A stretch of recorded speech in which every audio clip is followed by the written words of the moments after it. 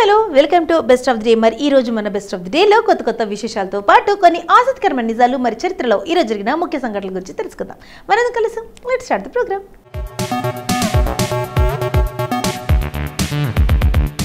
ముందుగా ప్రపంచ స్వీయ సంరక్షణ దినోత్సవం గురించి చెప్పుకుందాం. అంతర్జాతీయ స్వీయ సంరక్షణ దినోత్సవాన్ని జూలై 24న జరుపుకోబోతున్నాం. అయితే స్వీయ సంరక్షణ గతంలో కంటే ప్రస్తుతం అత్యంత ముఖ్యమైనది. ఆరోగ్య ప్రమాదాలు, ప్రకృతి వైపరీత్యాలు, ఆర్థిక అనిశ్చిత నేపథ్యంలో మనల్ని మనం మానసికంగా, శారీరకంగా చూసుకోవడం చాలా ముఖ్యం. మనల్ని మనం జాగ్రత్తగా చూసుకునే 5 సులభమైన మార్గాలు. మీకోసం సమయాన్ని వేచించండి. మీకోసం ప్రతిరోజు కొంత సమయాన్ని కేటాయించడం స్వీయ సంరక్షణ చిట్కాలలో ఇది సులభమైన ముఖ్యమైనది. ప్రతిరోజు కనీసం మన కోసం మనం గంట లేదా 2 గంటలు కేటాయించుకోవాలి. మనం ఆనందించే పనిని చేయడానికి ఈ సమయాన్ని ఉపయోగించుకోవాలి. ఆరోగ్యకరమైన ఆహారం తినండి. ఆరోగ్యకరంగా తినడం స్వీయ సంరక్షణలో ముఖ్యమైన భాగాల్లో ఒకటి.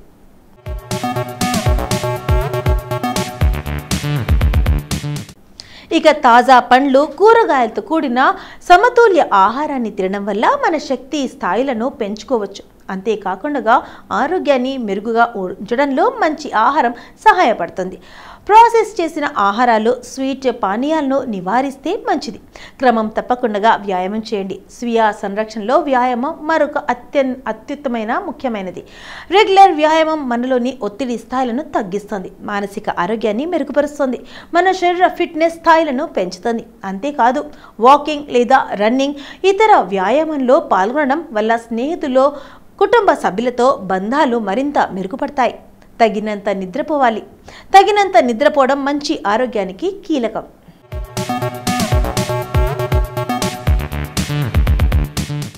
రాత్రి ఖచ్చితంగా 7-8 గంటలు నిద్రపోవాలి. పడుకోవడానికి 1 గంట ముందు అన్ని లైట్లు ఆఫ్ చేయండి. ఇది నిద్ర లేవక ముందు మీ శరీరం, మనసు విశ్రాంతి తీసుకోవడానికి సహాయపడుతుంది. మైండ్ఫుల్నెస్ను ప్రాక్టీస్ చేయండి. మనల్ని మనం జాగ్రత్తగా చూసుకోవడానికి మరొక మార్గం. రోజు మైండ్ఫుల్నెస్ సాధన చేయడం.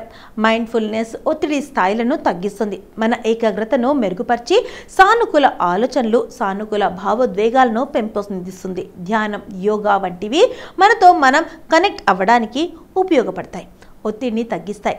ఇల్లు, పని, కుటుంబం బాధ్యతలు చూసుకోవడం, ఇంట్లోని వారి అవసరాలు తీర్చడం, స్నేహితులు, శ్రేయభిలాషులకు సహాయపడటం ఇవన్నీ ఎప్పుడూ ఉండేవే.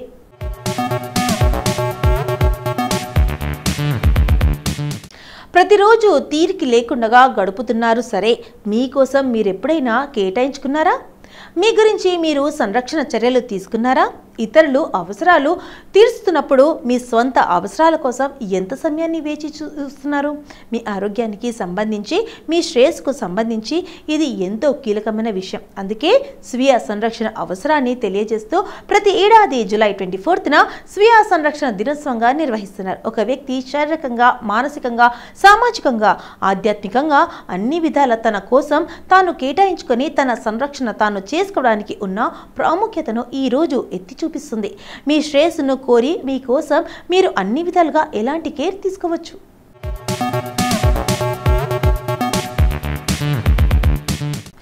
ఇక్కడ కొన్ని ఉదాహరణలు పేర్కొన్నా. ఇలా ఒక రోజు గడపండి. శారీరక సంరక్షణ, మీ ఆరోగ్యం కోసం అవసరమైన చర్యలు తీసుకోవడం, మంచి భోజనం చేయడం, వ్యాయామం చేయడం, మీకేమైనా అనారోగ్య సమస్యలు ఉంటే అందుకు తగినట్లు వైద్య సహాయం పొందటం, మంచిగా నిద్రపోవటం, ఆరోగ్యమైన దృఢమైన శరీరం కోసం చర్యలు తీసుకోవడం ఉంటాయి. మానసిక సంరక్షణ. ఈ రోజుల్లో ఒత్తిడి, ఆందోళనలు మనిషిని జీవితంలో కుంగదీస్తున్నాయి. మీకు ఒత్తిడి ఉంటుంది కాబట్టి మీ మానసిక ఆరోగ్యం కోసం మీరు ఆలోచించండి. మీకు ఆనందాన్ని కలిగించే పని, మీకు నచ్చిన పని చేయండి. మంచి మ్యూజిక్ వినండి, డ్యాన్స్ చేయండి, హార్స్ రైడింగ్, బైక్ రైడింగ్, పుస్తక పఠనం, ఇలా మీ మానసిక ఉల్లాసాన్ని పెంచే పనులు చేయండి.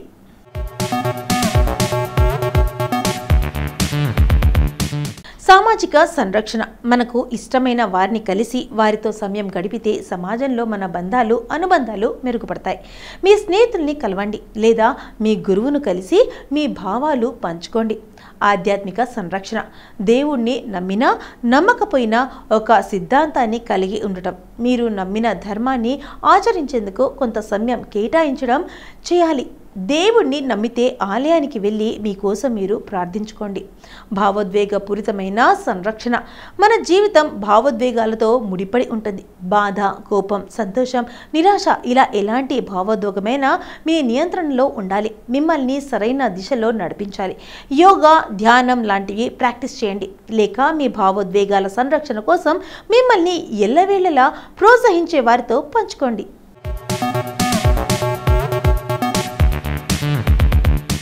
ఇప్పటి వరకు ప్రపంచ స్వీయ సంరక్షణ దినోత్సవం గురించి మనకు తెలియని కొన్ని ఆసక్తికరమైన నిజాలు తెలుసుకున్నాం కదా.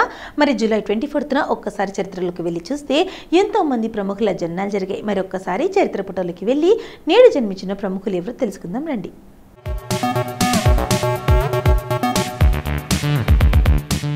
విజయ్ ఆంటనీ భారతీయ సంగీత స్వరకర్త, నేపథ్య గాయకుడు, నటుడు, సినిమా ఎడిటర్, గేయ రచయిత, ఆడియో ఇంజనీర్, చిత్ర నిర్మాత. అతను తమిళ చిత్ర పరిశ్రమలో ప్రధానంగా పనిచేస్తున్నాడు. అతను 2005లో సంగీత దర్శకుడిగా చిత్రరంగంలో అరంగేట్రం చేశాడు. ఉత్తమ సంగీత విభాగంలో నాకముక్క అనే సినిమా ప్రకటనల పాట కోసం 2009 కేన్స్ గోల్డెన్ లయన్ను గెలుచుకున్న మొదటి భారతీయుడు. ఈ పాట ద్వారా అతను గుర్తింపు పొందాడు. 2011 క్రికెట్ ప్రపంచ కప్లో ఇది పాడబడింది. తన తొలి చిత్రం 2012లో నాన్ అయినప్పటికీ అతను సలీం, పిచికరణ్, సైతాన్, యమన్ వంటి యాక్షన్ థ్రిల్లర్ చిత్రాల్లో తన పాత్రకు మంచి పేరు తెచ్చుకున్నారు. విజయ్ ఆంటనీ కన్యాకుమారి జిల్లాలోని నాగర్కోయిల్లో 1975 జూలై 24న జన్మించారు.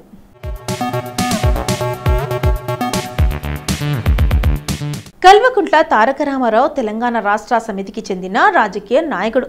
సిరిసిల్ల నియోజకవర్గం నుండి ఎన్నికైన శాసనసభ సభ్యుడిగా ప్రాతినిధ్యం వహిస్తున్నారు. 2014 నుండి తెలంగాణ రాష్ట్ర సమాచార సాంకేతిక, IT, municipal administration and urban development, textiles, NRI affairs మంత్రిగా పనిచేస్తున్నారు. ఈయన తెలంగాణ తొలి ముఖ్యమంత్రి కల్వకుంట్ల చంద్రశేఖరరావు కుమారుడు. ఈయనకు తెలుగు, ఇంగ్లీష్, హిందీ, ఉర్దూ భాషల్లో ప్రావీణ్యం ఉంది. 2018లో తెలంగాణ రాష్ట్ర సమితి రాష్ట్ర ప్రధాన కార్యదర్శిగా ఎంపికయ్యాడు. తారక రామారావు 1976 జూలై 24న కల్వకుంట్ల చంద్రశేఖరరావు, శోభా దంపతులకు తెలంగాణ రాష్ట్రంలోని సిద్దిపేటలో జన్మించారు.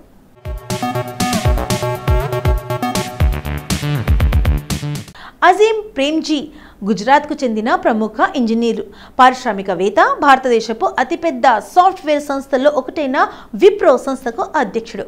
ఫోర్బ్స్ కథనం ప్రకారం ప్రేమ్జీ 1999 నుంచి 2005 వరకు భారతదేశపు అత్యున్నత ధనవంతుడిగా కొనసాగాడు. అజీం ప్రేమ్జీ గుజరాత్ నుంచి వచ్చి ముంబైలో నివసిస్తున్న ఒక షియా ముస్లిం కుటుంబంలో 1945 జూలై 24న జన్మించారు. ఆయన తండ్రి MH Premji western India vegetable product company అనే సంస్థకు యజమాని. ఈ సంస్థ వంట నూనెలు ఉత్పత్తి చేసేది. ఆయన తాత బర్మాలో బియ్యం వ్యాపారం చేసేవాడు. అజీం తండ్రిని మొహమ్మద్ అలీ జిన్నా పాకిస్తాన్కు వెళ్ళమన్నా ఆయన వెళ్ళలేదు.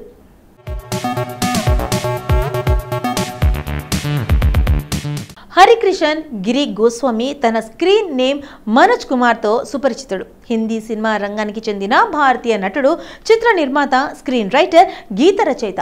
దేశభక్తి ఇతివృత్తాలతో సినిమాలో తీయడంలో ఆయనకు మంచి పేరుంది. దీంతో ఆయనకు భరత్ కుమార్ అని ముద్దుగా పిలుచుకోవడం మొదలుపెట్టారు. అతను వివిధ విభాగాలలో ఒక జాతీయ చలనచిత్ర పురస్కారం, 7 ఫిలింఫేర్ అవార్డులను అందుకున్నాడు.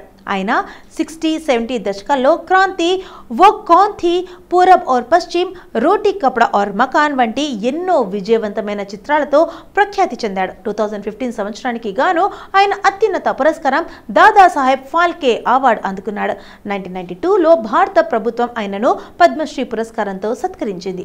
మనోజ్ కుమార్ బ్రిటిష్ ఖైబర్ పాఖ్తున్ఖ్వా పాకిస్తాన్లోని ఒక పంజాబీ హిందూ బ్రాహ్మణ కుటుంబంలో 1937 జూలై 24న జన్మించారు.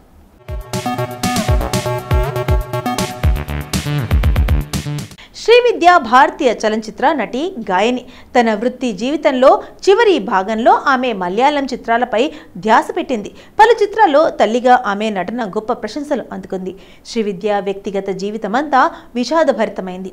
రొమ్ము క్యాన్సర్తో మరణించే వరకు ఆమె తన వృత్తిలో ఒడిదుడుకులు అన్నింటినీ నిబద్ధతతో ఎదుర్కొంది. శ్రీవిద్య 1953 జూలై 24న భారతదేశంలోని తమిళనాడులో ఉన్న చెన్నైలో తమిళ చిత్ర హాస్య నటుడు కృష్ణమూర్తి, కర్ణాటక శాస్త్రీయ సంగీత గాయని MAL వసంతకుమారి దంపతులకు జన్మించింది.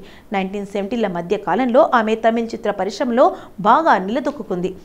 ఆమె నూత్రుకు నూరు, సొల్లతాన్, నిన్న కిరణ్, అపూర్వ రాగంగల్ వంటి చిత్రాల్లో నటించింది. చివరి 2 చిత్రాలకు K. బాలచందర్ దర్శకత్వం వహించారు.